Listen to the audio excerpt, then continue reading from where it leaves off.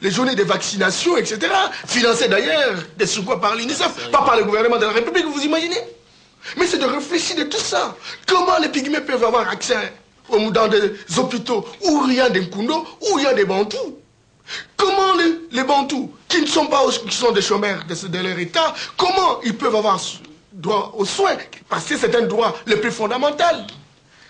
Ça, c'est un problème de réflexion. Et c'est un défi réel. Étant donné que, lorsque vous regardez la capacité démographique de notre pays, et par rapport au nombre des centres de santé qui ont été conçus, il y en avait 306 avec Mobutu, on est allé jusqu'à 500. Mais combien sont opérationnels? Moins de la moitié sont opérationnels aujourd'hui. Et lorsque vous arrivez, il n'y a pas d'équipement.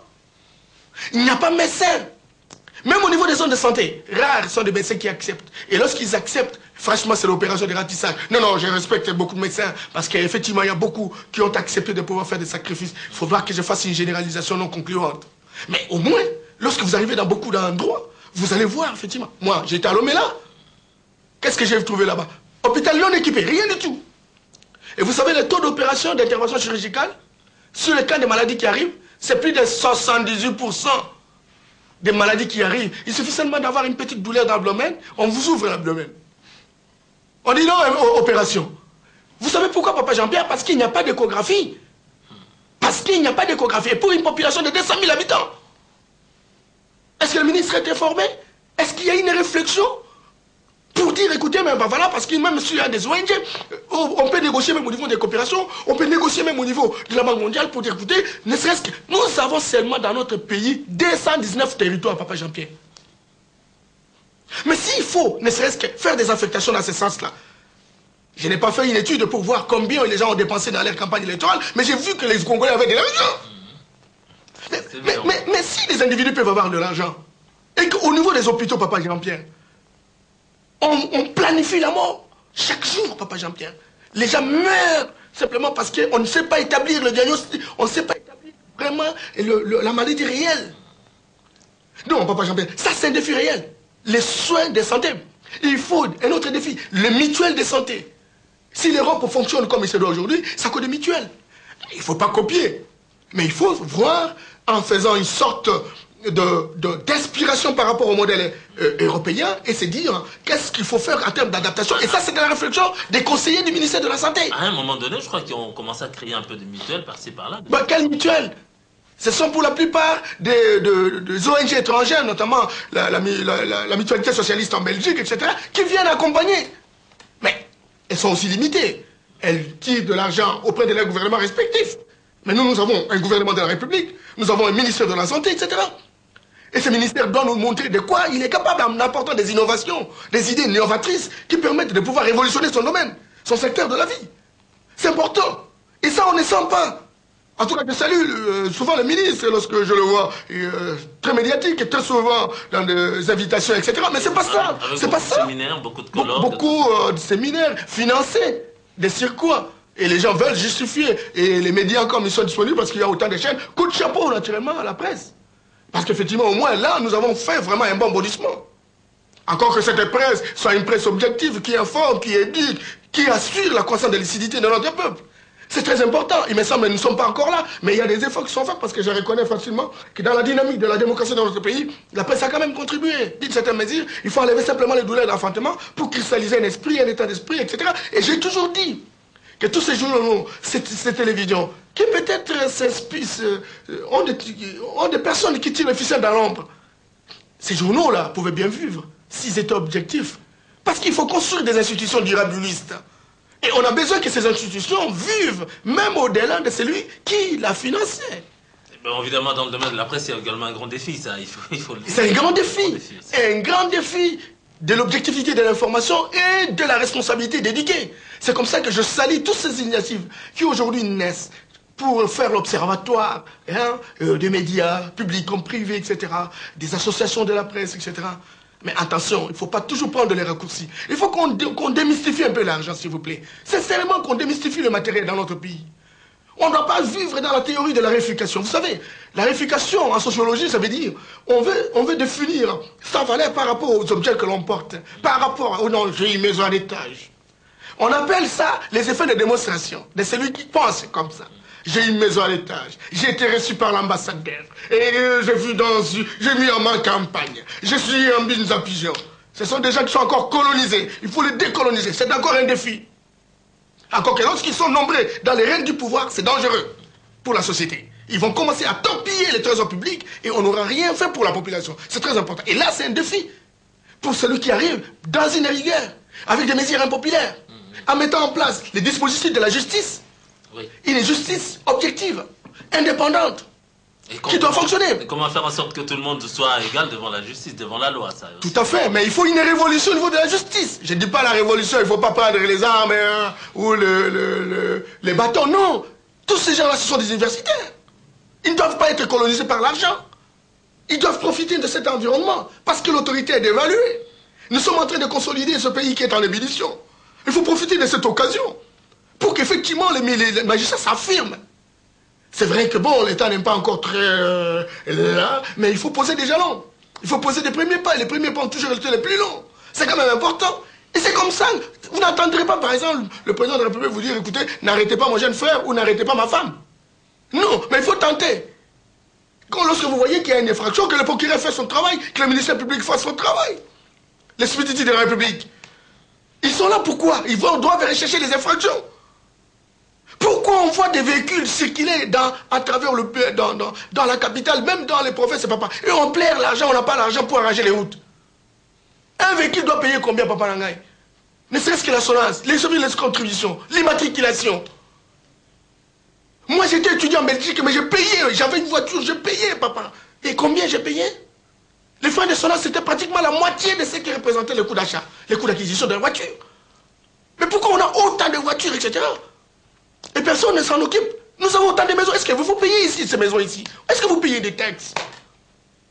Mais on ferait des recettes. Et nous avons un chef d'État qui sait générer des recettes internes. On a besoin de leaders qui pensent qu'avec nos potentialités, avec notre douane, avec nos services de contribution, avec nos minerais, avec notre forêt, avec notre potentialité agricole, etc., nous pouvons nous organiser de manière interne et négocier avec l'extérieur, la solidarité internationale, pour qu'effectivement, ils viennent, ils corroborent avec nous au terme de ce que nous avons identifié comme besoin. Ça, c'est important. Là, ça serait l'accompagnement simplement. Ça serait l'accompagnement. Et nous allons payer, parce que nous avons les moyens pour payer. Mais aujourd'hui, les thèmes sont déterminés à l'extérieur. C'est la démocratie, maintenant c'est la femme, maintenant... Écoute, je suis allé à l'Équateur. On m'a invité pour je m'excuse beaucoup, mais des choses comme ça, mais c'est pas... Il ne faut pas citer comme ça. Et je trouve les institutions des Nations Unies, là, en train d'organiser... ils ont un projet, je crois, c'était des 9 millions, comme ça. Et c'est la sensibilisation sur les sida. Moi, je ne refuse pas. Mais je dis quel taux et ça représente quelle priorité par rapport aux autres problèmes, après la guerre, etc. Pourquoi on ne ferait pas un dismantling de ce que représentent les problèmes dans les hiérarchies, etc. Et on dit, bon, on a fait telle affectation. Quel est le rôle du gouverneur? Qui est censé être le responsable d'identité décentralisée? Lui s'insère dans le comité de gestion, etc. Et il attend aussi ses royalties, ça rentre, et c'est tout. Vous voyez un peu ça? Toutes les entités décentralisées, parce que c'est encore un défi, rien, la décentralisation. Oui. La preuve, c'est qu'il n'y a même pas une loi récente par rapport à ça. Il semble que c'est le Parlement qui va entrer, qui va pouvoir faire concevoir cette loi-là. Voilà. Nous avons besoin d'avoir des républiquettes en dehors du gouvernement central, qui ont une certaine autonomie, qui peuvent même faire le jumelage. Il faut commencer à réfléchir très bien sur la... Eh bien voilà, regardez, allez à Lubumbashi. Allez à Lubumbashi. Vous savez, ces messieurs-là, je ne sais pas s'il y a un continu là, les maires de Lubumbashi là. Moi j'ai toujours dit, mais si on comprenait, on pouvait même amener ce type-là à Kinshasa. Je vous assure, Lubumbashi c'est notre pays. Hein. J'étais là, je l'ai vu. Ah ben voilà, Lubumbashi c'est notre pays. Même la culture de poubelle. Combien ça coûte, papa? Je salue un peu l'effort qui sont faits, l'effort qui est réalisé aujourd'hui, ne serait-ce qu'en termes de signalisation. On est en train de mettre ce qu'on appelle les feux rouges, tout ça, etc. Bon, ok. Il faut qu'on y aille, mais il ne faut pas faire ça de manière symbolique. Il faut y aller jusqu'au bout. C'est très important. Bon, M. Hermalma, on va parler quand même un peu d'économie. On va y revenir un peu sur la bonne gouvernance. Oui. C'est vrai qu'on ne peut pas faire de bonnes économies s'il n'y a pas de bonne gouvernance. Quel est votre concept même de bonne gouvernance? Papa Jean-Pierre, la bonne gouvernance. Vous savez que la bonne gouvernance est différente du gouvernement. Le gouvernement de la République, pour comprendre ce concept, c'est l'exécutif. c'est lui qui a le programme de la République. Lequel programme doit être rendu opérationnel pour apporter des réponses aux problèmes de la population. Mais la gouvernance, effectivement, l'action du gouvernement fait partie également de la gouvernance. La gouvernance, ça veut dire quoi? La gouvernance, c'est un processus qui permet, un système de gestion qui permet non seulement l'implication des acteurs étatiques, que sont les institutions de la République, mais également les citoyens, à participer dans la gestion pour que les institutions deviennent performantes. Au lieu de laisser la responsabilité seulement, n'est-ce pas, aux détenteurs du pouvoir, qui risquent, parce qu'il y a toujours une solidarité entre eux.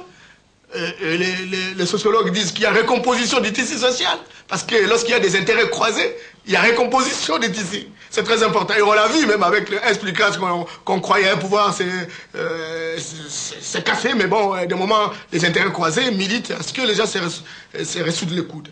Et donc, il faut donc que les citoyens, qui sont en dehors des institutions de la République, dans le partage des rôles, dans le partage des responsabilités, participent.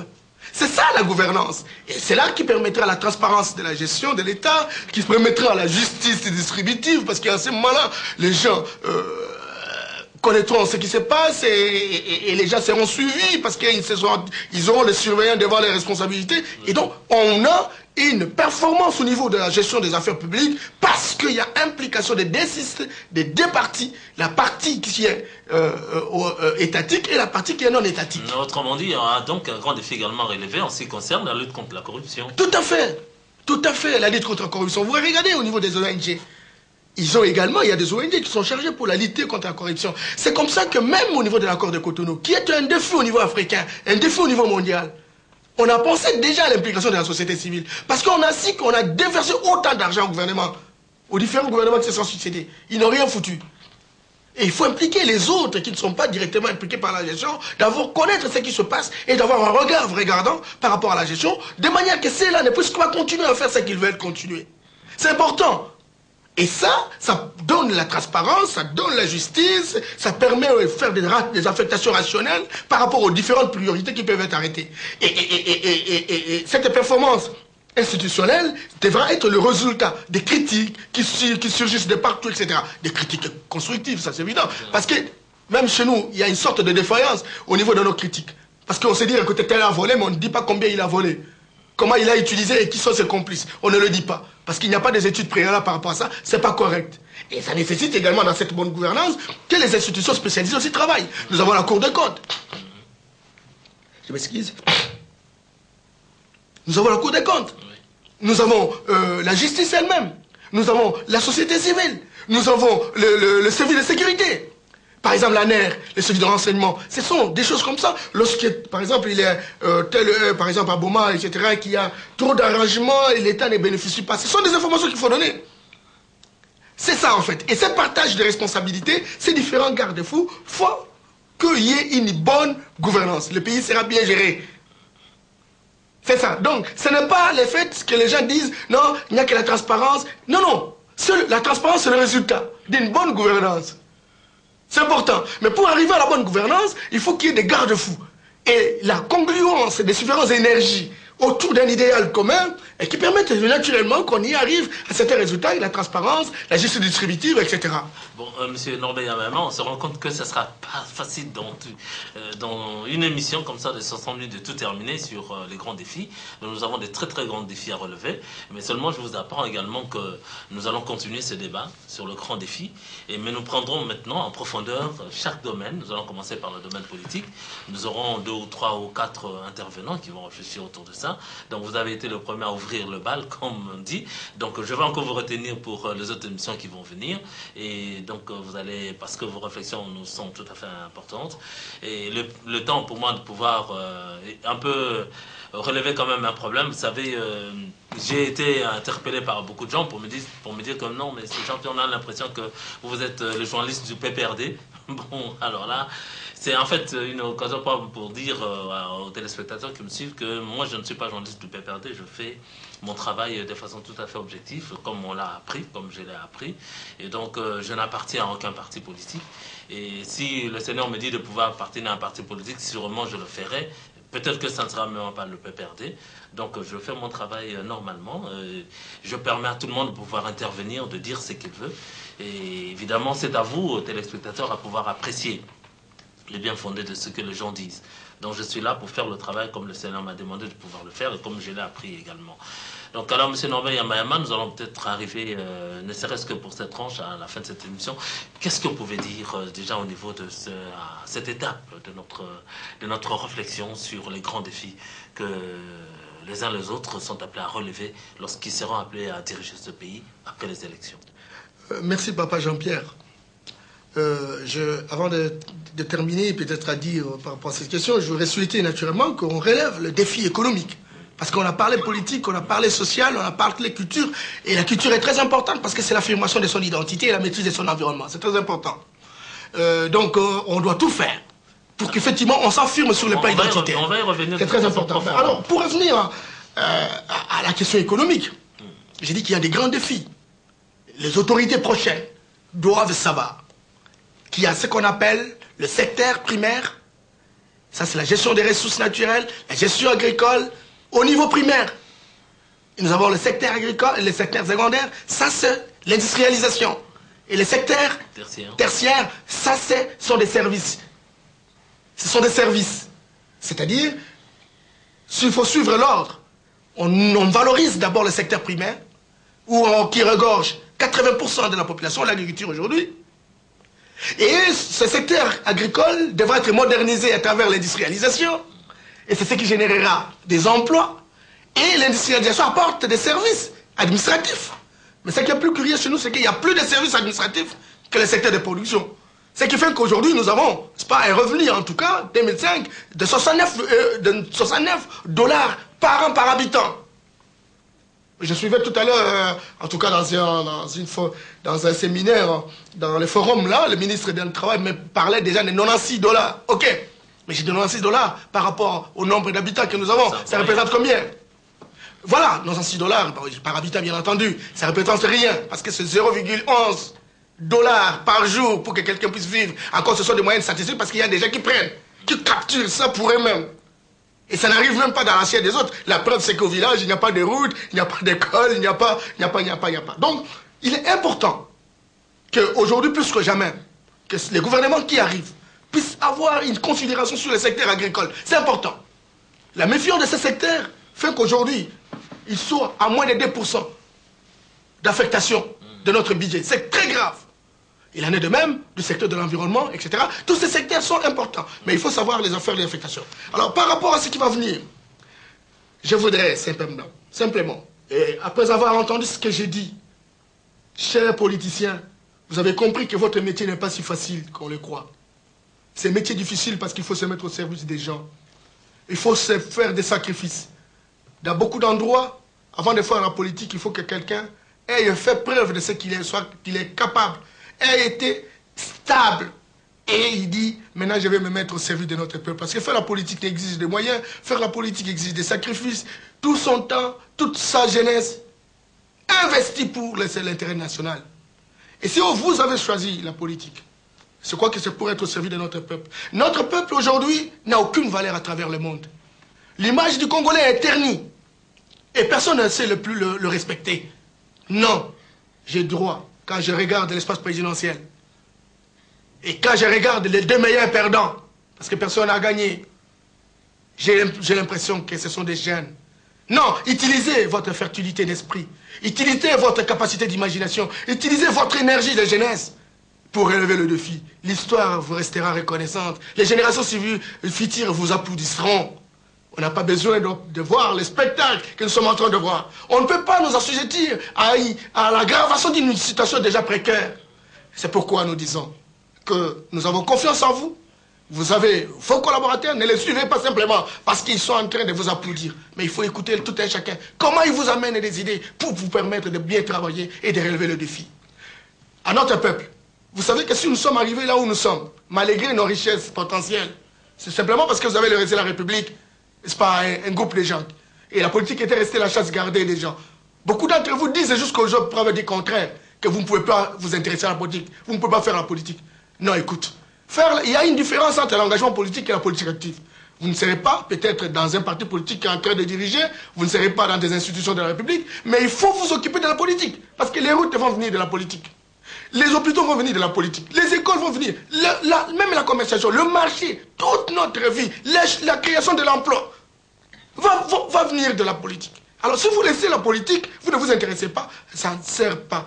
Et pour vous, maintenant plus que jamais, c'est à vous de choisir les projets de société. C'est-à-dire, il faut que maintenant, en tout cas les deux meilleurs perdants, au lieu de nous donner le spectacle de qui a le droit de la force, qui est plus fort, qu'on nous dise très concrètement. Il faut creuser même les Français pour nous dire quel est ce social-démocrate.